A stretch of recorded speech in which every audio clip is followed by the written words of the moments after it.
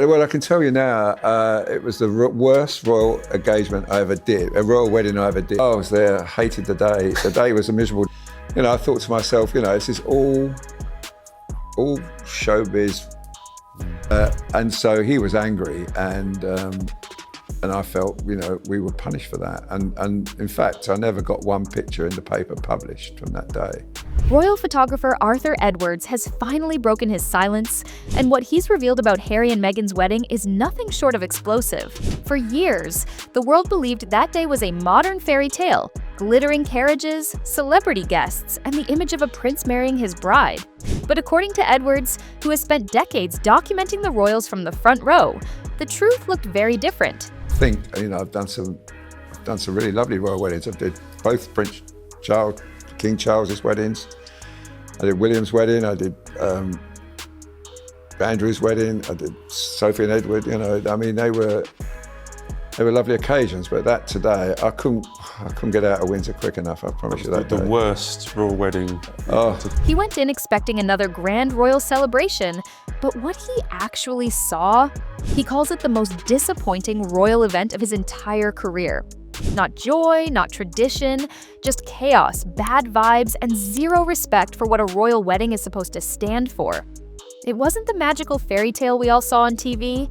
Sure, the broadcast looked polished, but behind the scenes, total opposite.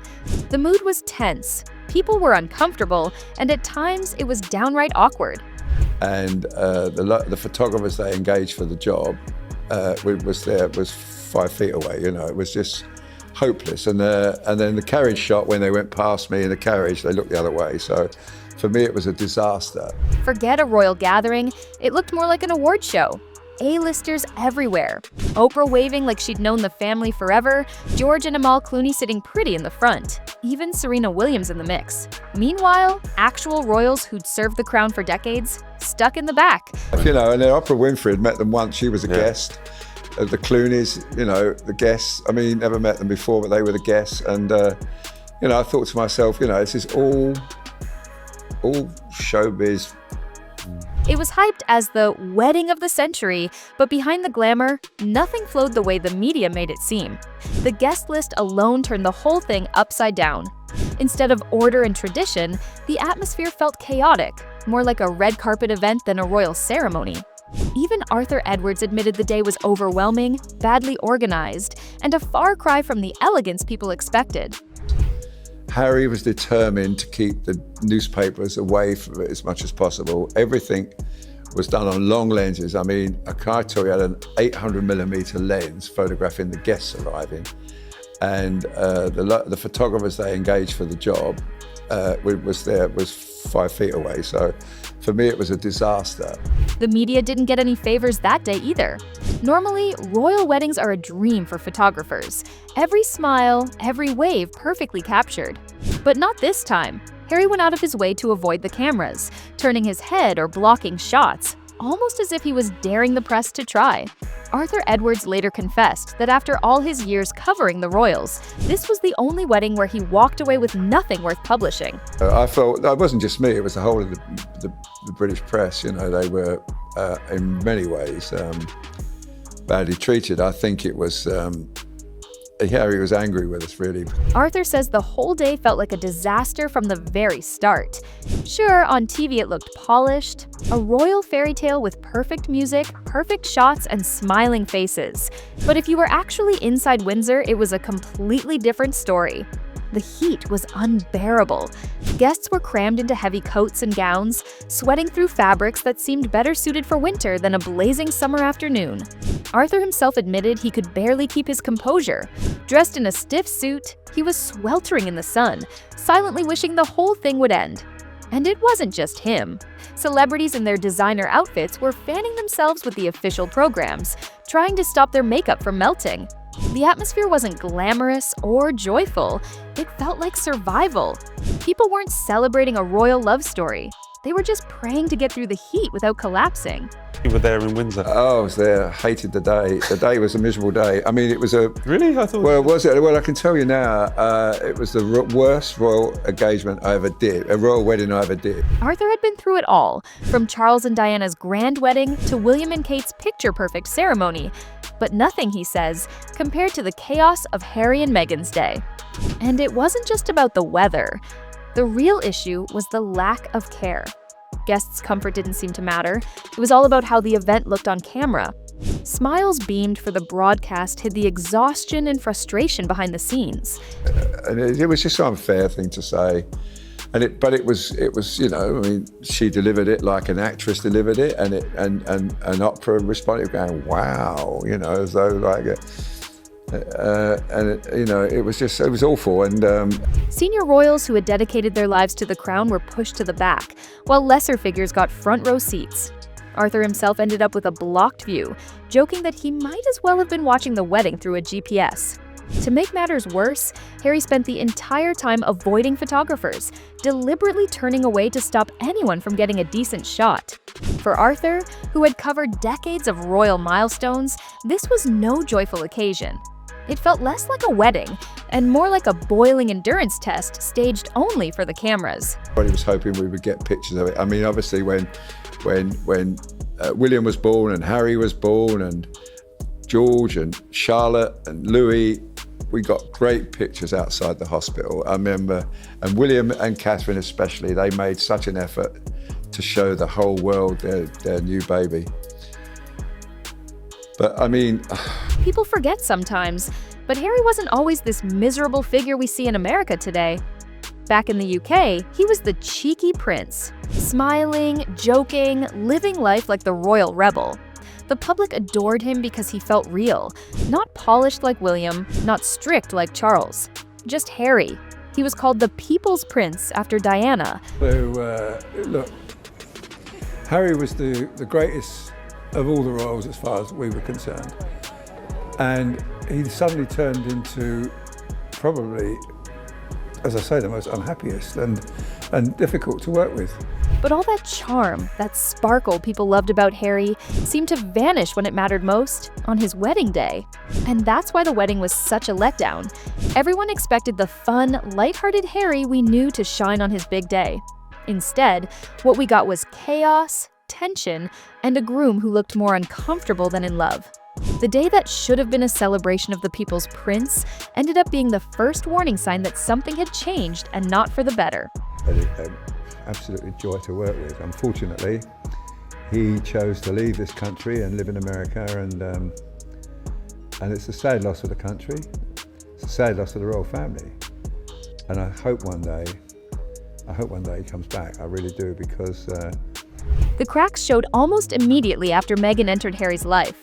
The fun-loving prince who once lit up every room suddenly turned cold, defensive, and strangely hostile to the very press that had built him up for years. Friends noticed it, family noticed it, and the public definitely noticed it. The prince who once stood out on his own was suddenly living in Meghan's shadow. Every move felt scripted, every word sounded rehearsed, and the man once known for being the royal wildcard started looking like a man trapped in someone else's game. From the moment Meghan appeared, the story stopped being about Harry the prince and became all about Meghan the star. And once again, you know, what changed? What changed? Obviously, since he got married, he's changed. And whatever it is, whether Meghan can't stand being so far down the pecking order, or whether Harry feels that he's no longer necessary. And here's where it gets really shady. Sources have long whispered that Meghan's royal romance wasn't just love, it was strategy. Even while she was only dating Harry, she had already locked down the domain princessmeghan.com. Who does that unless they're planning ahead? Then, just 4 days after the wedding, she went on a spree registering domains like markle2020.com and markle2024.com. Presidential election years, by the way. That's not romance, that's ambition. And let's not forget sussexroyal.com, which she grabbed less than a year into the marriage, lining up a branding empire even while sitting inside the palace. When you put it all together, it doesn't look like Meghan stumbled into royal life. It looks like she mapped it out step by step, using Harry as the golden ticket into the spotlight.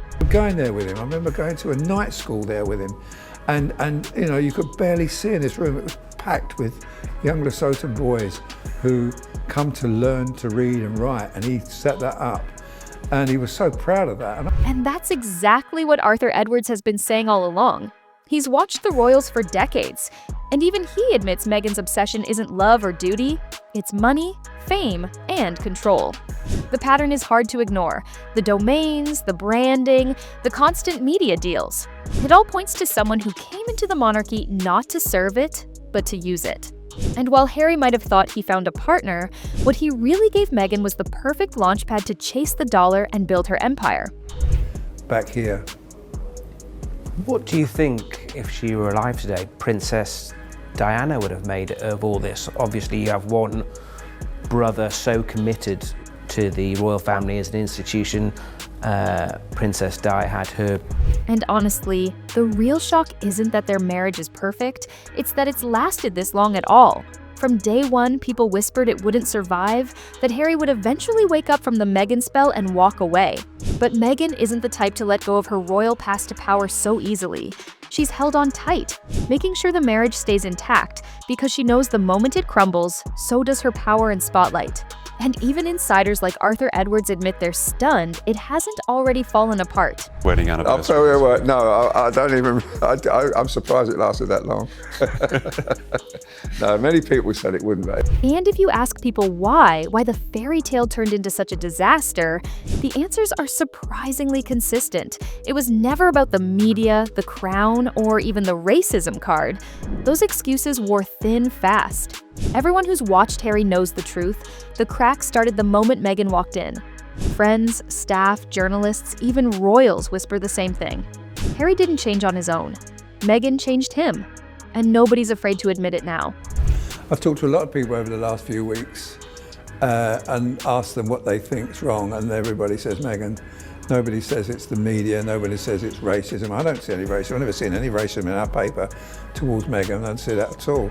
I see people embrace them. I see people want to come and look at them, photograph them. And the real tragedy, for all the chaos, the feuds, and the headlines, it wasn't beyond repair.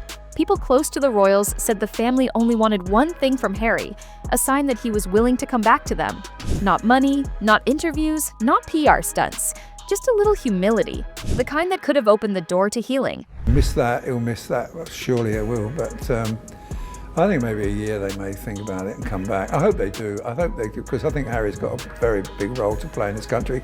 He thinks he doesn't. He thinks he's going to be like Prince Andrew, where, you know, once the heart, you know, the. Because in the end, this was never just about headlines or scandals. It was about losing the Harry everyone once knew. The cheeky, lively prince who once felt larger than life has been replaced by a man constantly overshadowed by Meghan's influence.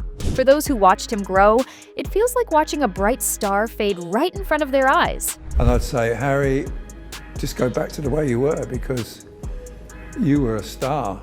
You were certainly a star as far as I was concerned. And I loved working with you, and I loved being on trips with you, and I liked going to schools with you and hospitals with you, and because you were just a fun person and great pictures. And I'll miss those very much. So what do you think? Can Harry ever find his way back to the man he once was? Or has Meghan changed him forever? Drop your thoughts in the comments, and don't forget to subscribe for more royal deep dives.